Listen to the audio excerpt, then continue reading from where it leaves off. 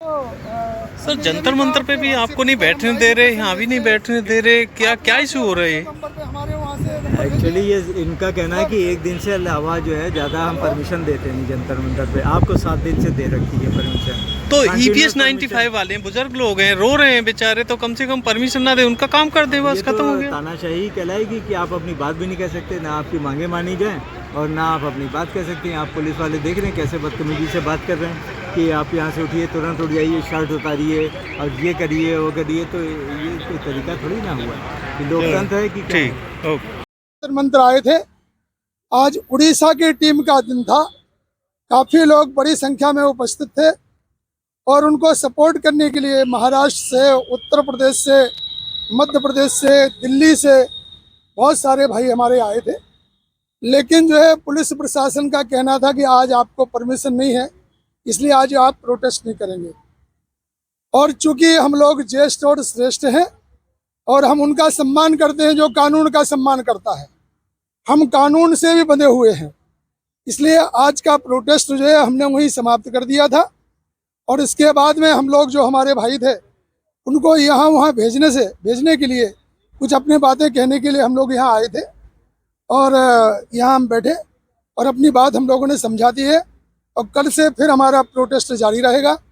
अभी एक मीडिया के भाई पूछ रहे थे कि आज तो बड़ी संख्या में थे, आप वहीं लेट जाते थे और कोई ऐसा प्रोटेस्ट करते थे जिससे आपका आंदोलन सफल हो जाता था। लेकिन आंदोलन सफल होने का अर्थ है कि हमें अपनी मांगों को मंजूर करवाना है और हम नियमों से बंधे हुए हैं। हम अपने जो हमारा लक्ष्य है उसको डाइवर्ट नहीं करना चाहते हैं और पुलिस प्रशासन से हमारी कोई लड़ाई भी नहीं है।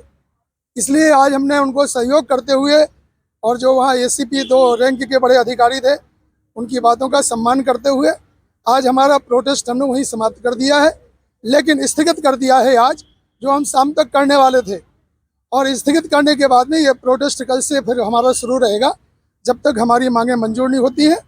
आज हमने जो स्थगित का कारण है उसका यही है कि हमने उनकी बातों का सम्मान किया और हम जिस दिशा की ओर चल रहे हैं अपने लक्ष्य प्राप्ति की ओर, आप सबके हमारे जितने भी भाई हैं, राजीव जी आ जाइए यहाँ, हमारे जितने भी पूरे भारतवर्ष में 31 तारीख से आप लोगों का प्रोटेस्ट चल रहा था जंतर मंतर पे, लेकिन आज जो है प्रोटेस्ट नहीं करने दिया गया। कहीं ना कहीं आप लोग की आवाज को दबाने की कोशिश की जा रही है। नहीं, हम तो उस दिशा उस एंगल से उसको नहीं सोचते हैं, क्योंकि हम भी पुलिस के हमारे जो भाई हैं वो भी कानून से बंधे हुए होंगे, ऐसा हमें लगता है। और हमने उनकी बात का सम्मान करते हुए हमारा जो आंदोलन आज का था उसको 2 घंटे के बाद में वहीं स्थगित कर दिया है। और कल से फिर हमारा विधिवत माननीय कमांडर साहब के नेतृत्व में हमने कमांडर साहब से बात की।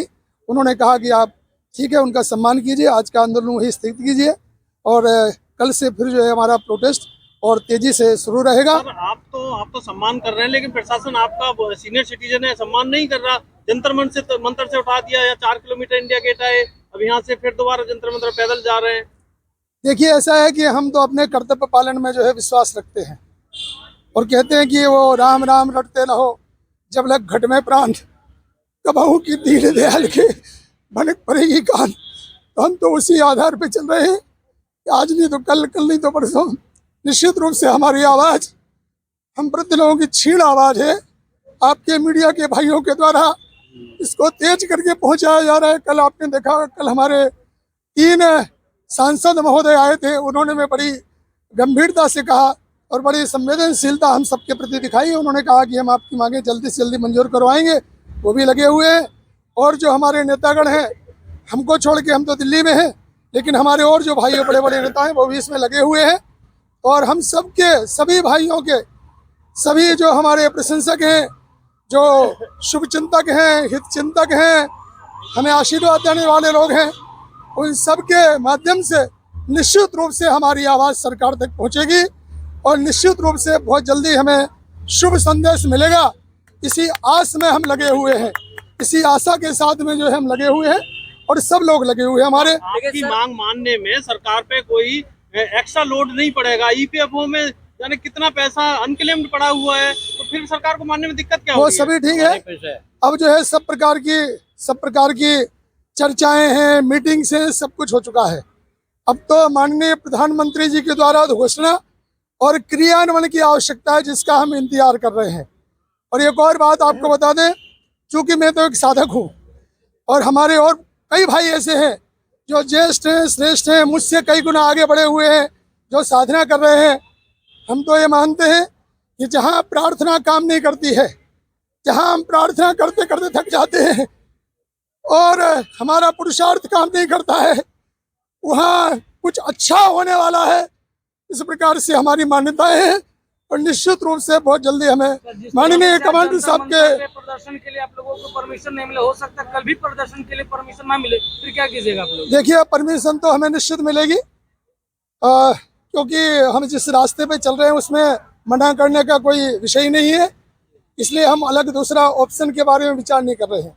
और यही बात हमारे विजय के बारे में कुछ भाई पूछते हैं कि अगर नहीं किया तो क्या होगा, अगर नहीं किया तो क्या होगा। लेकिन हम जिस रास्ते पे चल रहे हैं उसमें एक ही रास्ता है, माननीय कमांडर साहब के नेतृत्व में हम सभी जो भाई लगे हुए हैं और जो पूरा देश लगा हुआ है, चाहे हमारे रमेश जी बहुगुणा हो या हमारे राजीव जी हो और अलग अलग प्रदेशों से हमारे बड़े नेता हों, राष्ट्रीय स्तर के नेता हैं, सब लगे हुए इसमें। सबके पुण्य और पुरुषार्थ से हम बहुत जल्दी विजय होंगे, विजय सिंह को प्राप्त करेंगे। इसलिए आगे क्या होगा, कुछ भाई पूछते हैं आगे क्या करेंगे। नहीं हुआ तो का ऑप्शन ही नहीं है हमारे पास में, हुआ का ही ऑप्शन है। हम जरूर जीतेंगे और निश्चित रूप से हमारा आंदोलन निश्चित रूप से बहुत जल्दी सफल होगा। सर, इससे ज्यादा क्या करोगे? आपके आंसू निकल रहे हैं, फिर भी सरकार आपके आंसू तक नहीं देख पा रही है। देखिए, ये जो विषय है ये भाव संवेदना का विषय है। हमारी आंखों में आंसू तो तब आते हैं जब हम अपने भाइयों का थोड़ा चिंतन करते हैं। हमारे भाई बड़ी संख्या में रोज मरते चले आ रहे हैं, तो हम तो इसी विश्वास के साथ हुए हैं कि बस प्रभु की प्रेम दृष्टि से बदल जाती हैं तकदीरें, अगर विश्वास सच्चा हो तो कट जाती हैं जंजीरें। निश्चित रूप से हमें सफलता मिलेगी। आप सबको बहुत बहुत धन्यवाद, सभी हमारे चैनल के भाइयों को बहुत बहुत धन्यवाद। आप सभी हमारे बेटे समान हैं, छोटे छोटे लोग हैं। ऐसा बताते हैं कि अगर कोई बड़ी गाड़ी फंस जाए, उसका इंजन भले ही 40 हॉर्स पावर का हो, जब बड़ी गाड़ी दलदल में फंस जाती है तो छोटे छोटे लोग, छोटे छोटे जो है पत्थर उसके टायर के नीचे लगा दिए जाते हैं। हमारी गाड़ी अगर भले ही फंस गई हो, हमारा इंजन कमांडर साहब का भले ही 40 HP का हो, लेकिन आप सब लोग जो उसको सहयोग कर रहे हैं, जो टायर के नीचे छोटे छोटे पत्थर के रूप में लगे हुए हैं, वही हमारी गाड़ी को निकालेगी और हम जल्दी सफल होंगे। सबको धन्यवाद, आपको, आप सभी चैनल के भाइयों को, छोटे छोटे भाइयों को बहुत बहुत धन्यवाद। आप खूब आगे बढ़े, खूब आपकी प्रगति हो और हम सभी आपको आशीर्वाद देंगे और दे ही रहे हैं। सबको धन्यवाद। सर्वेषां मंगलम भवतु, भारत की जय, वंदे मातरम। धन्यवाद, सबको धन्यवाद, थैंक यू सर। ये हैं EPS 95 के लोग जो रो रहे हैं, बिलक रहे हैं, लेकिन सरकार इनकी बात सुनने को तैयार नहीं है। ये जंतर मंतर से हटा दिया, इनका 7 दिन से प्रोटेस्ट चल रहा था, लेकिन अभी इंडिया गेट पे 4 किलोमीटर पैदल चल के आए, लेकिन यहाँ से भी इनको हटा दिया है और इनका T-शर्ट वगैरह उतारने की बात कर रहे थे। यदि आप चाहते हो कि इन्हें कम से कम 7,000 पेंशन मिले और DA भत्ता मिले, तो इस खबर को ज़्यादा से ज़्यादा शेयर करें, कमेंट करें। धन्यवाद।